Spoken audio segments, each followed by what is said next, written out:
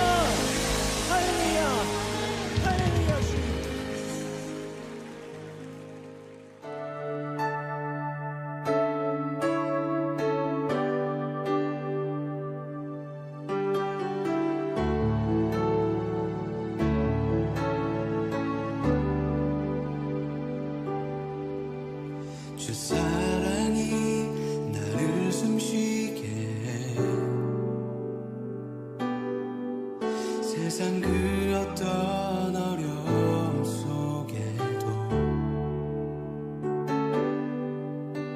주 은혜로 나를 돌보시며 세상 끝날까지 지켜주시네. 주님만이 내 아픔 아시며 주님만이 내 맘 어루만지네. 어느 누구도 나를 향하신 주님의 사랑을 끊을 수 없네. 주님만이 내 능력이시며 주님만이 나의 구원이시네. 어느 누구도 나를 향하신 주님의 사랑을 끊을 수 없네.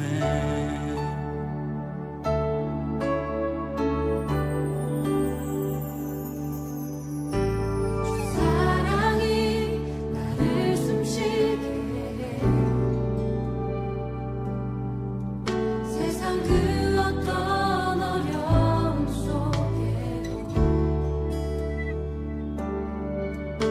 주 은혜로 나를 돌보시며 세상 끝날까지 지켜주시네. 주 사랑이 나를 이끄십니다. 주 사랑이 나를 이끄시네. 내가 갈 수 없는 그곳으로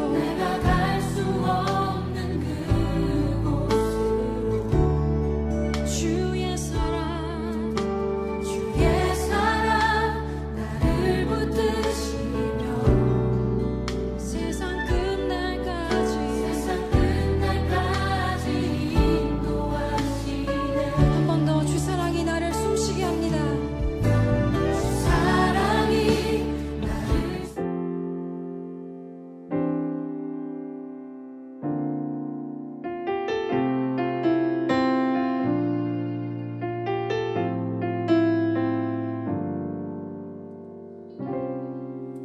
우리 모두 예배하는 자 되어 온전히 영과 진리로 주를 예배하자.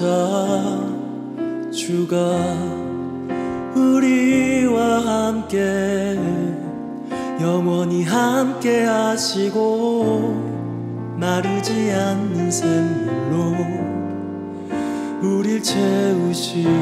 우리 모두 예배하는 자 되어 온전히 영과 진리로 주를 예배하자. 주가 우리와 함께 영원히 함께 하시고 마르지 않는 샘물로 우릴 채우시리라.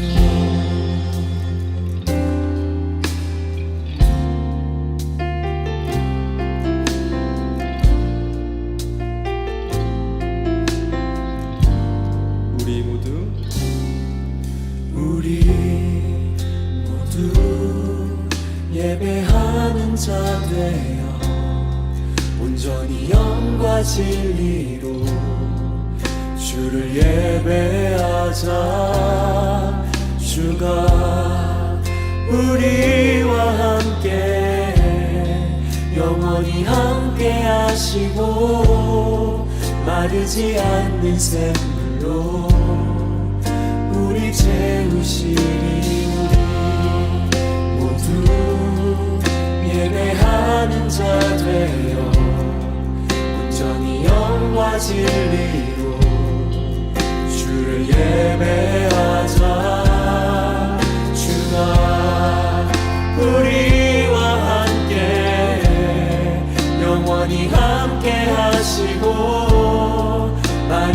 않는 샘물로 우리 채우시니 우리 모두 예배하는 자 되어 온전히 영과 진리로 주를 예배하자. 주가 우리와 함께 영원히 함께 하시고 마르지 않는 샘물로 우리 채우시.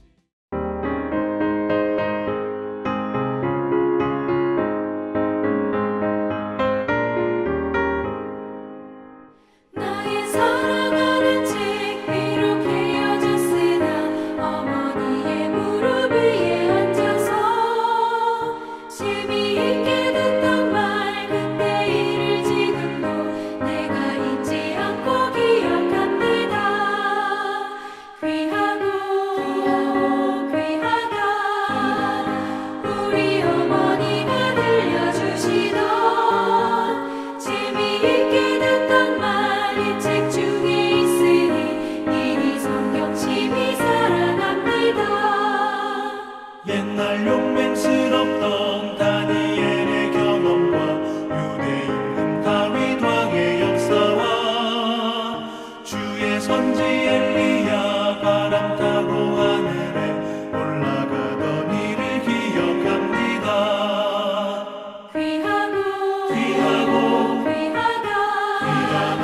우리 어머니가 들려주시던 재미있게 듣던 말 이 책 중에 있으니 이미 성경 심히 사랑합니다.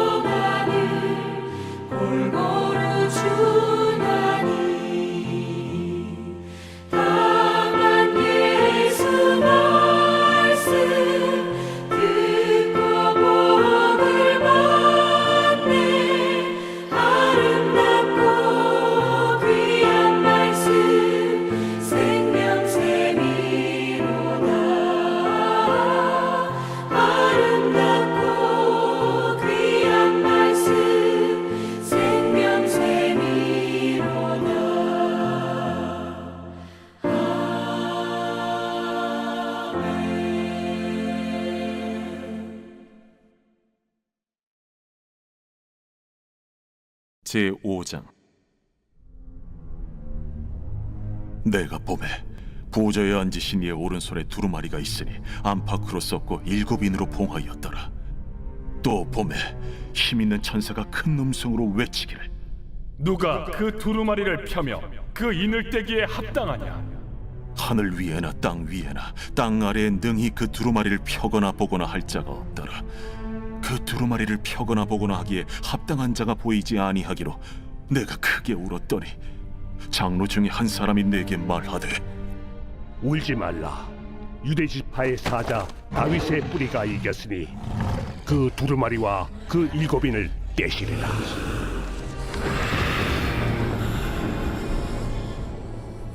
내가 또 보니 보좌원대 생물과 장로들 사이에 한 어린 양이 서 있는데 일찍이 죽임을 당한 것 같더라. 그에게 7뿔과 7눈이 있으니 이 눈들은 온 땅에 보내심을 받은 하나님의 7영이더라. 그 어린 양이 나와서 보좌에 앉으신 이의 오른손에서 두루마리를 취하시니라. 요한계시록을 4장까지 보면서 한 가지 의문을 가지게 됩니다. 지금까지 요한은 환상 가운데 본 많은 것들에 대해서 설명하였습니다. 하늘 보좌, 보좌에 앉으신 하나님, 무지개, 7영 등 참 많은 것들에 대해서 말하였습니다. 그런데 여전히 언급되지 않은 것이 있습니다. 바로 예수님에 대해서는 어떠한 언급도 하지 않았습니다. 이러한 궁금증은 5장에서 와서야 풀리게 됩니다. 드디어 예수 그리스도에 대해서 설명합니다. 특별히 5장에서는 7인으로 봉인한 두루마리를 누가 열 수 있는지 말합니다. 그분이 바로 어린 양이신 예수님이십니다. 그리고 그분이 가지신 권세와 능력을 구체적으로 말하는 부분입니다. 그렇기에 오늘 본문은 그리스도의 죽음이 얼마나 위대한 사건인지를 다루고 있습니다. 함께 말씀을 보기 원합니다. 1절, 내가 봄에 보좌에 앉으신 이의 오른손에 두루마리가 있으니 안팎으로 섰고 7인으로 봉하였더라. 1절은 내가 봄에로 시작함으로써 요한이 보는 환상에 대해서 말하고 있음을 알 수 있습니다. 요한의 눈에 먼저 들어온 것은 보좌에 앉으신 이의 오른손입니다. 그 손에 두루마리에 어떠한 내용을 기록하고 있습니다. 일반적으로는 두루마리에는 앞면에만 기록합니다. 만약에 앞면에 다 담지 못할 정도로 내용이 많을 경우에는 뒷면까지 기록하기로 했다고 합니다. 지금 보좌에 앉으신 이의 오른손에 두루마기가 있는데 안팎으로 썩고라고 합니다. 하나님의 손에 들린 두루마리의 안팎, 즉 양면에 글이 기록된 것은 내용이 참 많다는 것을 추측할 수 있습니다. 7인으로 봉하였더라 라고 합니다. 두루마리에 쓰여진 내용이 비밀을 유하는 것일 경우에는 두루마리를 실로 묶은 다음에 그 매듭에 임봉하여 아무도 볼 수 없게 하였다고 합니다. 그런데 7인으로 봉하였더라 라고 합니다. 한 개 아니라 7인으로 라고 합니다. 성경에서 7은 상징적인 의미를 둡니다. 바로 완전수입니다. 즉 봉인의 수가 7개라는 것은 하나님의 심판이 완전하다라는 것을 의미하는 듯 합니다. 2절입니다. 또 봄에 힘있는 천사가 큰 음성으로 외치기를 누가 그 두루마리를 펴며 그 인을 떼기에 합당하냐 하나라고 합니다. 힘있는 천사가 등장합니다. 그냥 천사라고 하지 않고 힘 있는 천사라고 말합니다. 이유는 아마도 천사들 중에서 가장 높고 대단한 천사라는 것을 말하기 위해서인 듯합니다. 그런 천사가 큰 음성으로 외칩니다. 누가 그 두루마리를 펴서 그인을 떼기에 합당하냐라고 합니다. 지금 어떤 상황일까요? 두루마리를 안에 있는 내용을 보기 위해서는 인을 떼어야 합니다. 인을 뗀 후에야 비로소 펼칠 수 있습니다. 그런데 힘 있는 천사가 큰 음성으로 누가 이 인을 떼기에 합당하냐라고 합니다.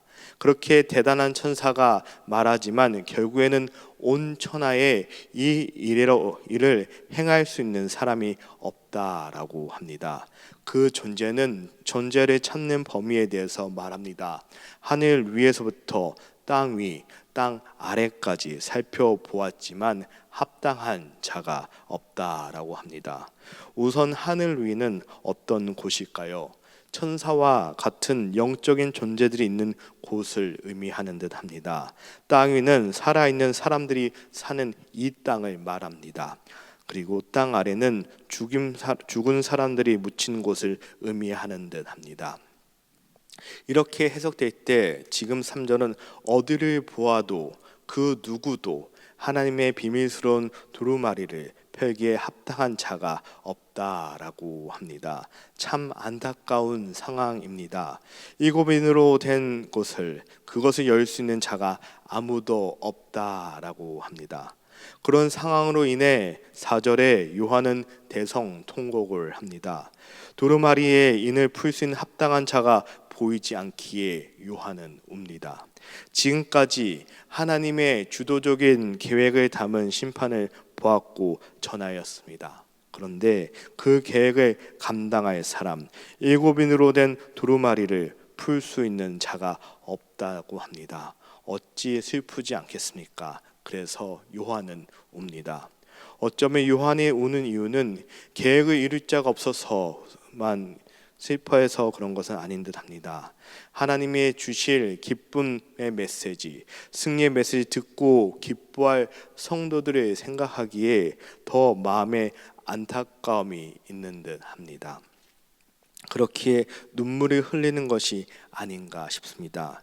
요한이 이 절망적인 사실을 듣고 이 두루마기를 어떤 것인데 이것을 어떻게 열지 않으면 하나님의 구속사역을 실행할 수 없음을 압니다. 그리고 기다리는 영혼들을 알기에 옵니다. 깊은 좌절 가운데 애통합니다. 우리도 삶에서 좌절과 절망을 경험할 때가 있습니다. 아직 모든 것이 끝난 것이 아닌데 중간에 들은 절망적인 소식에 우리는 주저앉습니다. 울게 됩니다. 중요한 것은 아직 끝이 아니라는 사실입니다. 지금 안타까운 마음에 울고 있는 요한이지만 주님을 만나면 눈물이 기쁨으로 바뀌게 될 것입니다. 그때 5절에 장로 중에 한 사람이 내게 말하되 울지 마라고 합니다. 슬픔에 빠진 요한에게 울지 말라고 합니다. 그가 그렇게 말할 수 있는 것은 이 인을 떼기에 합당하신 분이 계시기에 그렇습니다. 분명 힘 있는 천사도 합당한 사람이 없다고 하였습니다. 하늘 위에 땅 위에도 땅 아래도 없다고 하였습니다. 그런데 지금 장로 중 한 사람은 있다라고 합니다. 울지 말라는 장로는 유대 지파의 사자와 다윗의 뿌리가 이겼기 때문에 그 인을 떼실 것이라라고 합니다. 유대 지파의 사자는 무엇을 의미하는 것일까요? 유대 지파에서 나올 이스라엘 왕을 의미합니다. 이 부분은 히브리서 7장 14절을 보면 이렇게 나와 있습니다. 우리 주께서는 유다로부터 나신 것이 분명하도다라고 선포하였습니다. 다윗의 뿌리는 예수 그리스도입니다. 마태복음 1장 1절에 예수 그리스도는 육신의 혈통인 다윗의 자손이라고 기록하였습니다. 그러므로 예수 그리스도가 다윗의 뿌리라는 말은 적절한 표현인 듯 합니다. 더욱이 예수 그리스도는 다윗의 왕을 이어받아 참 이스라엘 왕이 되셨습니다. 합당한 분에 대해서 말한 후 이겼으니 라고 말합니다. 이겼다란 그리스도께서 승리하심을 말합니다. 예수님의 십자가에서 죽으셨지만 사망 권세를 이기셨습니다. 부활하셨습니다. 그리고 하나님 우편에 앉으셨습니다. 지금 유다 지파의 사자이자 다윗의 자손으로 오신 예수님은 왜 합당하신지 말합니다. 그리고 그분이 두루마기에 7인을 떼신다라고 합니다. 6절에 어린 양이 언급됩니다. 이번에는 어린 양이 어디에 서 있는지를 말합니다. 보좌와 내 생물과 장로들 사이에 있다라고 합니다. 보좌란 하나님이 앉으신 보좌를 의미하는 듯 합니다. 생물과 장로들 사이에 섰다라고 합니다. 어린 양이 자기 백성의 중보자가 되심을 나타냅니다. 그 어린 양에게 7뿔과 7눈이 있다고 합니다. 곧 하나님의 영이 있다라는 의미인 듯 합니다. 요한은 어린 양이 나와서 보좌에 앉으신 하나님의 손에서 두루마리를 취하시는 장면을 봅니다. 사자가 아니라 어린 양입니다. 세상은 힘 있는 사자와 같은 정복자가 승리합니다. 그렇게 생각합니다. 그러나 세상을 심판하시는 분은 어린 양, 연약한 어린 양입니다. 주님이 이 땅에 오셔서 사자처럼 힘으로 이기시지는 않으셨습니다. 어린 양으로 오셔서 십자가에서 죽임을 당하셨습니다. 어린 양 예수 그리스도께서 죽으심으로 부활하심으로써 온 세상 만물을 다스리고 심판하실 권세를 가지신 영원한 왕이 되셨습니다. 오늘의 본문에서 오직 두루마리의 인대기에 합당하신 분으로 예수 그리스도밖에 없음을 강조합니다. 이처럼 세상의 죄악을 심판하시고 사망에서 우리를 구원하실 분은 오직 예수 그리스도 한 분밖에 없음을 우리는 기억해야 합니다. 어린 양이신 예수님은 하나님의 아들이심에도 불구하고 십자가에서 죽기까지 순종하셨습니다. 그가 걸어가신 순종의 길을 통해 우리를 향한 하나님의 사랑이 느껴집니다. 오늘 추수감사절입니다. 오늘 우리가 이렇게 추수감사절을 맞이할 수 있는 것은 우리보다 먼저 믿음의 길을 지키기 위해서 어려운 길을 떠난 사람들, 청교도들이 있었기에 그렇습니다. 그들은 주님을 예배하기 위해서 미국까지 왔습니다.